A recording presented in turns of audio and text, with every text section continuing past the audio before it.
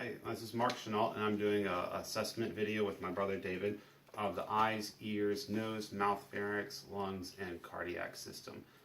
So we'll start off with just talking about the visual acuity test we would do for cranial nerve number 2, the optic. We would do a Snellen's test, which would be 20 feet away. At his eye height, he would read from top to bottom, left to right. He would read the smallest line that he can read. It's recorded as 20 because he's 20 feet away, and whatever line he could read 5 or less errors on, we would use that line, and the number to the right of it would correspond with the bottom number. So we would record it like 20 over 20 if he could read that line that had a 20 next to it without any errors. But if he could go lower, we would go like to 20, 25, and record it as that. Next test we would be doing, that one's for far distance vision. Closer vision is going to be the Rosenbaum test. Rosenbaum test is going to hold 14 inches away from his head like this, and he would read a card again top to bottom, left to right, but it's 14 inches away, so that result is recorded as 14 over whatever line he can read to the lowest of, and then to the number to the right of it that corresponds to that line. The one test we can do though is confrontation, to just test his visual fields. So what I'll get you to do is cover up one eye, and when you see something come into your field of vision, I want you to just say now. No. No. No. No. Okay. And then I'm going to chest you on the other side. So keep that same, you can keep the same hand there. And then we're going to come around just like this. No. No. No. No. Okay, we'll do the same thing on the other side now. So from here. No. No. No. No. Okay. And we do that on both sides like that just to see that he can see in all fields of vision. Again, that's testing cranial nerve number 2, the optic nerve. Next, we're going to check the extraocular motor function. There's going to be 3 cranial nerves that are involved in that. Cranial nerve 3, 4, and 6. 3 being oculomotor, 4 being trochlear, and 6 being abducens. We're going to first check the 6 cardinal positions of gaze. So he'll follow my finger. I'm sorry, start that again.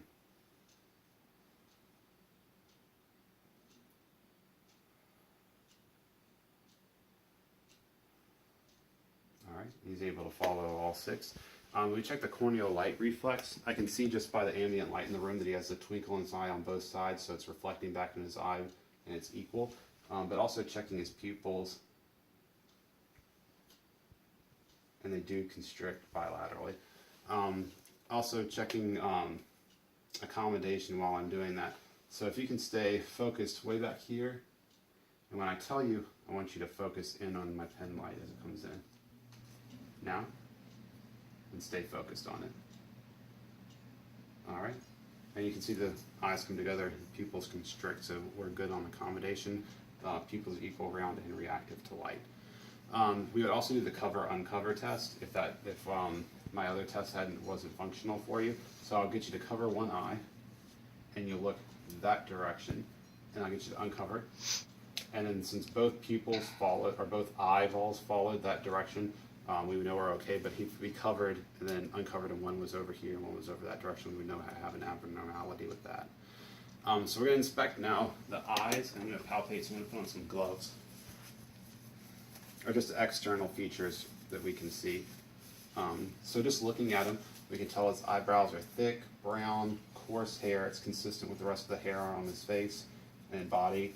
I can tell the eyelashes are black, they're outward bending. His palpebral fissures are equal bilaterally. One's not drooping more than the other one. They're equal, so we don't have any problems there. I'm going to palpate the lacrimal sac and lacrimal ducts. And there's no tenderness there, right? Nope. No? Okay, I'm going to peel your eyelids down a little bit. Your conjunctiva is pink, moist. Your sclera is white. The lenses or irises, I'm sorry, are blue bilaterally. So eye color is normal, and those are round as well. The pupils we already discussed, they were equal, round, reactive to light, and accommodation. And that should be everything for your eyes for right now. Sorry, that's my Jack Russell. He's kind of digging. So that's it for eyes for the moment. So what I'm going to do next is a lens lens test that I'm going to be using the ophthalmoscope for. We're testing cranial nerve 2 optic again. My lights would be down and I would be away from him. I turn on my little light here.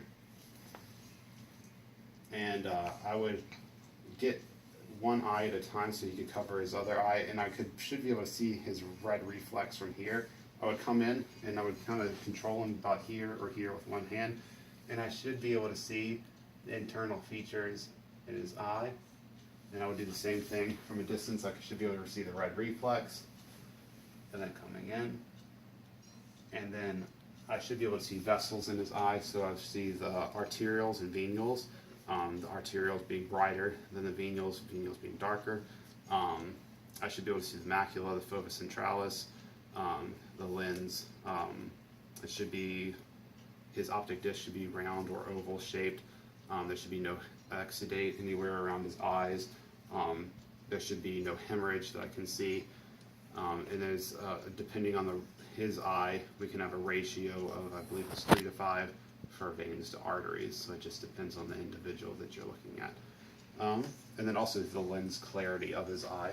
So checking the clarity of his eye, what I would do just for the lens itself, if I didn't have too much bright light here, I could put a light over to the side and look and see if there was any opaqueness in his eyes, and then hold it over to the side. There's no opaqueness there, and then just put it in the middle and shine it and see if there's any cloudiness or anything that would be kind of looking for any abnormalities with that. So next we're going to go into the ear assessment. Checking out his ears. I'll switch out my heads on this.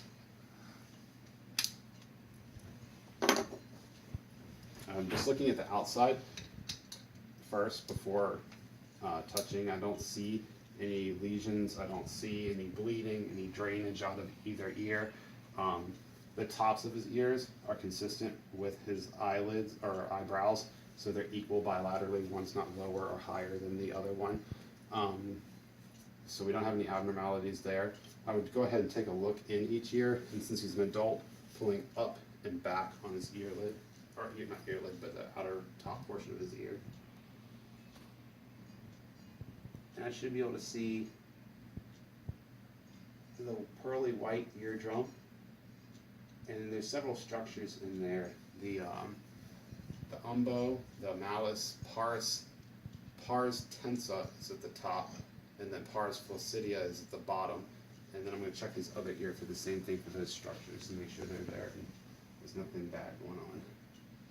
Let's see, pearly white, and structures are the same. And then I'll be testing your ability to hear. So we're checking cranial nerve number 8, and the cranial nerve number 8 is the acoustic nerve. So what I'm going to do is I'm going to hit this and put it in the middle of your test, and that one's going to be our Weber test, and we also have the Rhine test I'll do after that. So first, Weber test, and you tell me if you hear it on both sides. Yep. Okay. And then I'm going to place it on the mastoid process behind. You can hear it? Mm-hmm. And tell me when it stops, or when you can't hear it anymore. It's starting to fit. I can't hear it. Okay, and can you hear now? Yep. Okay. And I'll do the same thing on the other side. I can hear it. And it's starting to fade. Alright, it's starting to go on. And then? Yep. Okay. And then what I'll do is a whisper test. So I'll get you to cover one ear, and I'm going to say something on the side and just hear it, see if you can hear it. Then you can tell me what I said. Dog, cat, mouse. Okay, we'll cover up the other side. And was it the same thing I said? Yep. Dog, Okay, cat, mouse. so you could hear it on both sides, so there's no difficulty hearing there. And then we'll be moving on to, actually, there's two things I didn't check real quick. Behind his ear is the auricle and the mastoid, so I need to feel back there to make sure that there's no tenderness. You don't have any tenderness there, right? No. And make sure there's no infections or anything back that way. And then I'm going to be moving on to the nose. Okay, so moving on to his nose, I'll just look at the external features. I'll get my pen light. So I note that his nose is normal size that fits with the rest of his face. One side's not more swollen than the other. There's no drainage. There's no being blood or any other abnormal drain or anything coming out of there, clear or purulent fluid. So I can take a look inside his nose, and I can see that the septum is midline. The mucosa is pink moist, and that again, there's nothing draining in his nose at all. And we're going to check a couple things: your olfactory and the patency of your nose first. So just to check the patency, can you cover one side for me and squeeze it down and breathe in and out? And then cover your other side and breathe in and out. Okay, I'm going to hold up one thing for each side, and you can tell me if you can smell it, okay? So cover one side and tell me what you smell. Vinegar. Okay. And cover your other side. Cinnamon. All right, and that's checking cranial nerve number 1, the olfactory nerve. So we're going to move on to the mouth pharynx and inspect that. So we'll start off just looking at external features. The lips aren't cracked, dry, bleeding. There's no abnormalities there. And then if he opens up big, we have our looking first. Buccal mucosa is intact on both sides. There's no bleeding, no lesions anywhere. So we don't have any problems there. Frenulum's intact upper, frenulum's intact lower, and some lingual is intact. And then also, if you can stick out your tongue a little bit and okay. And then uvula is intact, and there is no swelling in there, no redness or anything. We're checking the Stinson's duct is on the upper part, and then the Wharton's are on the lower part. And there was no hardness, no calcification, anything like that in there, so they were normal. And then checking the hard and soft palate. If you can open up again for me. Hard palate's intact, and soft is intact. There's no abnormalities there. And then looking at his teeth, there's none are cracked, none are damaged. They don't look like any are falling out. And we'll go ahead and count them. And before I count them, just feel the sturdiness of them. And they're sturdy. None feel like they're loose, like they might fall out. So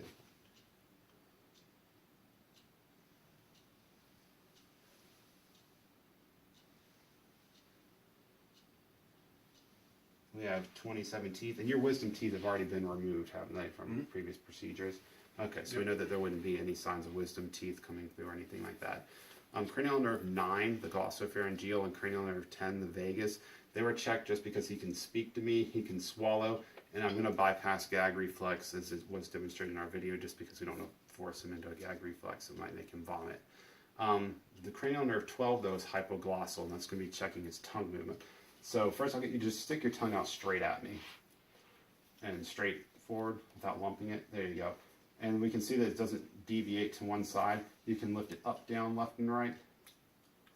Okay, and we know he has full range and control of that tongue, so there's no abnormalities there. So all those nerves are intact. At this point, I just want to scan the room just to make sure there's no notes or anything in the room, to make sure that we're okay.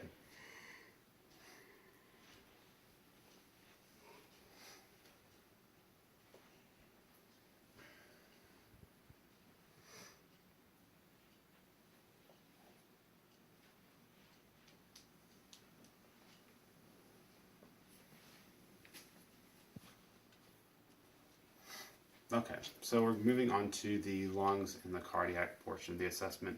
To do that, I'll get you to take your shirt off for me real quick. So we're going to do just visual inspection first. He's already warned me he had a reaction to niacin. Apparently it's an allergy for him. Not an anaphylactic allergy, but enough of an allergy that it did give him some dermatitis to the anterior portion of his chest. If we look at the posterior portion, there's no dermatitis there at all. There's no rash, so that he's aware now that he has this rash, and he already informed me of it prior to us doing this assessment. So just looking at it, other than the rash, the size, shape, and movement of the chest is equal bilaterally. It doesn't look like one side's still while the other's moving while he's breathing. So there's no abnormalities there. Just feeling and checking as he breathes.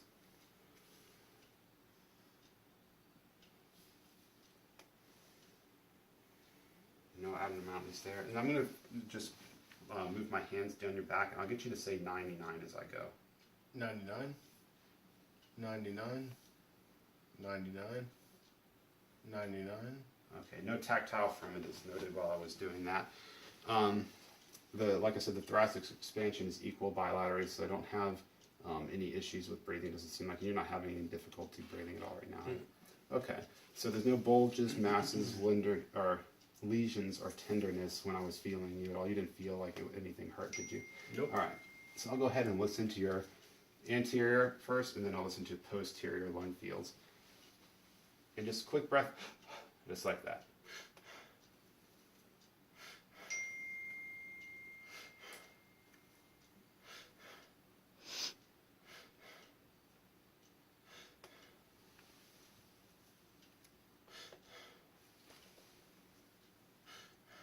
Okay, now listen to your posterior fields.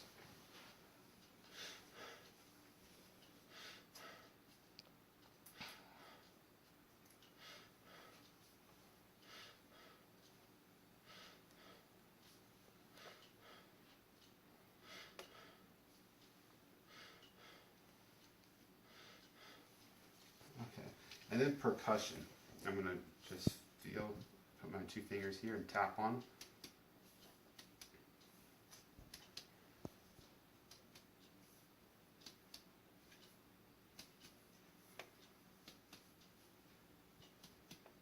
And just because at his request he didn't want me to draw onto his back, if we were going to be testing the thoracic diaphragmatic excursion, I would get him to breathe in and then hold his breath, and then I would percuss down, and then I would mark a line, and I'd get him to breathe out, and then I would again percuss down, and then I would mark a line, and I could measure that difference, and then I could have the number that I need to measure that. But just for his own personal preference, I'm not going to draw on his back, but just so that you know that we know how to do that.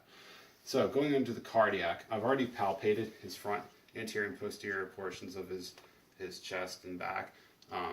So there's no heaves, lifts, or thrusts noted there when I was feeling that too. I'm going to go ahead and mention a few points that I'm going to listen to before I put on my stethoscope. We have his right mid-clavicular, which is here. That's the first, then second. That's going to be my aortic. Mid-clavicular on his left side is going to be my pulmonic. The third intercostal space is going to be Erb's point. And then fourth, but left sternal border, is going to be my tricuspid. And then my mitral valve is going to be the fifth, but mid-clavicular. Also, my tricuspid is my point of maximal impulse. All right, so I'm going to go ahead and listen to each one of those points.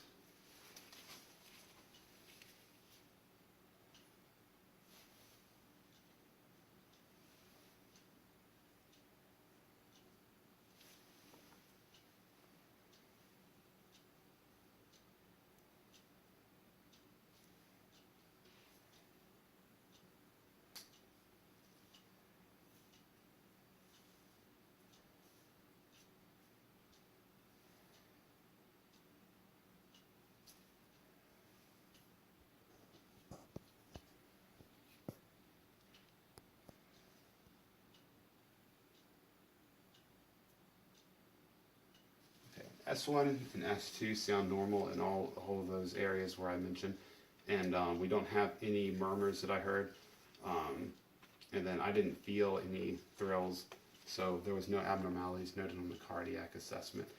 Next, I'm going to go ahead and check all of his pulses. So first we'll check temporal. I'm going to do carotid one at a time so I don't occlude each artery at the same time. And then brachial, you can put your arms out just like this.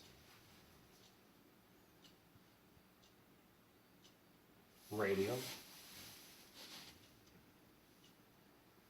Popliteal.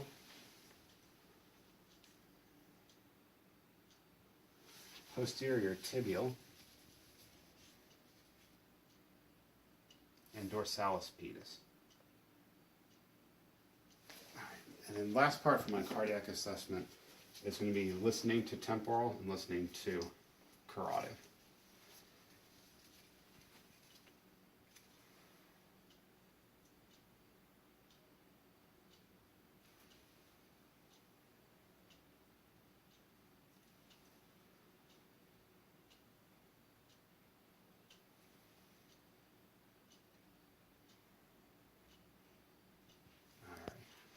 And then no murmurs were heard there either.